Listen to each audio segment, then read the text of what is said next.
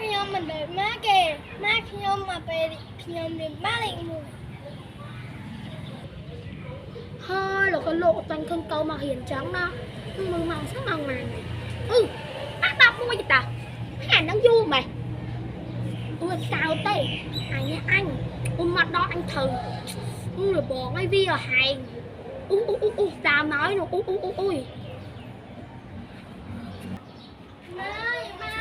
ញុំដាក់សំណាក់មួយម៉ែតែហឹងអីគេនិយាយលឿនមកកុំសាមពេកឯហ្នឹងត្រូវរបងហ្មង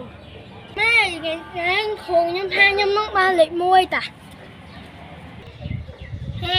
ហែងកុហកអីតែម៉ែសិតតែគ្រូខ្ញុំមិនចឹងតែម៉ែមកគុណអ្នកឆាប់និយាយមកស្រួលដួលមែនតើតាមម៉ែមែនតើណាម៉ែខ្ញុំមិនជាប់លេខ1មែនតើណាកុហកអីម៉ែបើជឿហើយម៉ែតែសួរគ្រូខ្ញុំមិនខ្ញុំបានលេខ1អាហ្នឹងសង្ស័យលុតមើលគេហែងលុតមើលគេមែនឌៀម៉ែអាបែខ្ញុំបានលេខ20ម៉ែឌៀខ្ញុំអាបែខ្ញុំបានលេខ1ម៉ែឌៀខ្ញុំថាខ្ញុំនឹងមើលគេធុញណាហើយលើខ្លោមធំម៉ៃខ្លោមដោះលមីហើយមិនដៀមួយម៉ែនិយាយមួយម៉ែអត់លៀបចឹងមិនធុញខ្ញុំទៅវិញម៉ែខ្ញុំមិនដូចម៉ែគេអាពេលកូនគេចុះលេខ1ហើយលោកកូនអញមកពីហ៊ានហ្នឹងលោកកាយកូនស្រីមានបណ្ដាយអញលោកអើយកូនអញដឹងថៃហ្នឹងបានលេខម៉ានេះលេខថាថ្ងៃហ្នឹងថៃហ្នឹងគ្រូចែកធ្វើតាអានហោលោកអើយ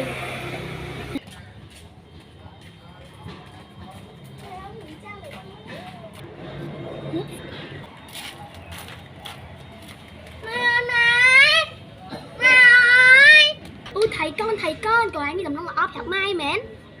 ម៉ែមកលេខ1ណាម៉ែនេះម៉ែមិនតើមួយសិន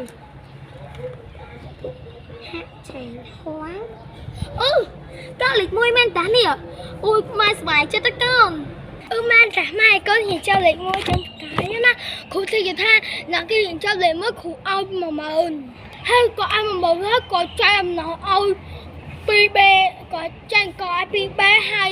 តាំងថៃ2កាសហើយផេងខ្លាញ់2យូថៃខកបង3យូហើយនឹងអីគេកោខាំ5កប៉5យូមិនមែនកូនមិនមែនកូនមិនសុបាយចិត្តនេះកូននេះឆ្លាតកូនឆ្លាតកូនឆ្លាត